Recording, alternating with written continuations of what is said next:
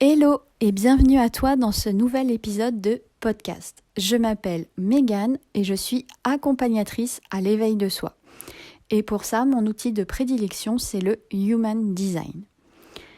Dans cet épisode, je voudrais vraiment te parler d'un sujet qui m'est quand même important de développer. C'est la confiance en nous, mais pour avoir une meilleure confiance en nous, l'utilisation de notre autorité intérieure qui nous permet vraiment de prendre des décisions confiantes. Avant toute chose, si tu n'as pas ton schéma corporel, si tu ne connais pas ton autorité intérieure, je t'invite à aller dans la description de cet épisode. Tu trouveras un lien te permettant d'aller faire sur Internet de façon totalement gratuite ton schéma corporel, où là, il te sera indiqué clairement quelle est ton autorité intérieure. Parce que qu'est-ce que l'autorité intérieure en Human Design ? Donc l'autorité intérieure, c'est vraiment notre processus par lequel on va venir prendre des décisions alignées avec qui on est vraiment. Parce que dans notre société, notre éducation, bien souvent, on nous a dit de prendre une décision avec notre tête, avec notre mental. Spoiler alerte, personne n'est fait pour prendre une décision à partir de son mental. Le mental, c'est un formidable outil pour analyser, conceptualiser, peser le pour et le contre dans une décision, pourquoi pas, il n'y a pas de souci, mais ce n'est jamais lui qui doit avoir la décision finale. La décision vient, pour la plupart d'entre nous, d'une partie de notre corps. Et c'est ce qu'on appelle donc l'autorité intérieure. Et chaque personne a sa propre autorité. Il en existe 7 différentes, mais d'ailleurs, j'ai fait des épisodes de podcast sur chaque autorité intérieure. Si tu veux en savoir plus sur ta propre autorité, je t'invite à retourner dans le fil et chercher ta propre autorité pour écouter l'épisode qui y était dédié. Et donc, vraiment comprendre notre autorité et l'appliquer, c'est vraiment quelque chose qui va être essentiel pour prendre des décisions qui seront confiantes et éclairées. Par exemple, si on prend la famille des générateurs, donc que ce soit les générateurs purs ou les manifesting générateurs, ils vont avoir 2 autorités possibles, soit l'autorité émotionnelle ou l'autorité sacrale. Sachant que s'il a une autorité émotionnelle, le centre sacral sera de toute façon toujours activé et va venir quand même apporter une première réponse parce qu'elle se manifeste vraiment sous forme de sensations physiques en réponse à un stimuli extérieur. Ça va vraiment dans les tripes venir faire un oui ou un non.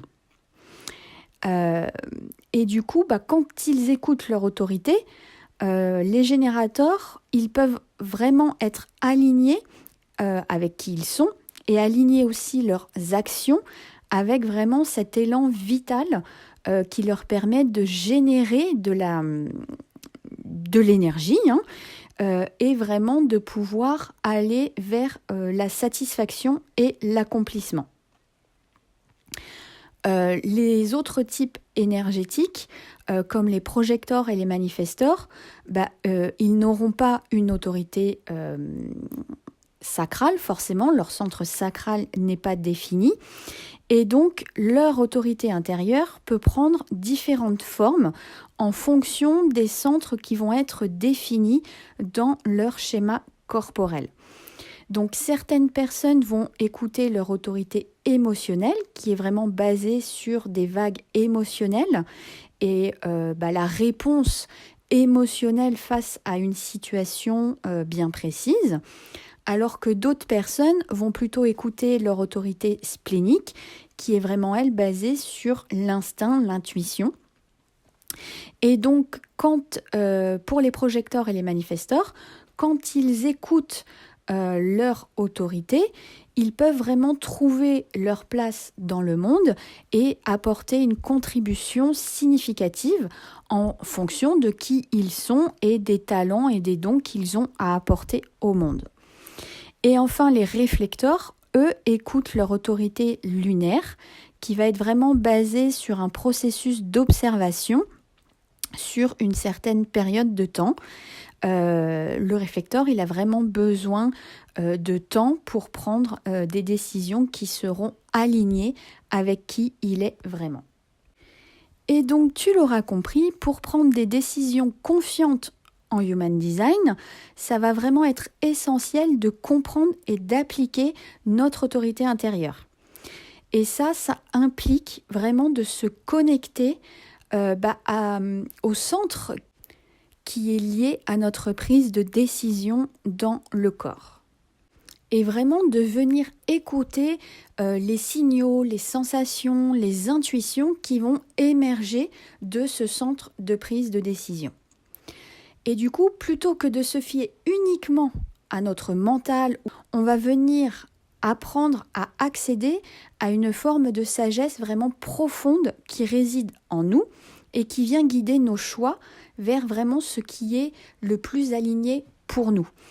Attention, en prenant une décision avec notre autorité intérieure, ça ne veut pas forcément dire que le projet ou la situation qui découle de cette décision va avoir un succès absolu. Pas forcément. Peut-être que justement, c'était de se planter, entre guillemets, et d'avoir une expérience à vivre et un apprentissage à vivre de cette expérience. Et du coup, donc, en suivant ce processus, on va pouvoir éviter des décisions qui seraient impulsives et vraiment prendre des choix qui sont réellement en accord avec qui l'on est au plus profond de nous. On va pouvoir du coup naviguer dans la vie avec plus de confiance et plus d'épanouissement parce qu'en fait, on vient tout simplement honorer notre schéma corporel, notre design énergétique qui est unique. Donc pour honorer notre confiance intérieure en Human Design, ça va être important quand même de cultiver certaines pratiques qui vont venir nous aider à nous connecter avec notre autorité intérieure propre. Ça peut inclure des pratiques de méditation, de respiration consciente ou alors de journaling ou de contemplation.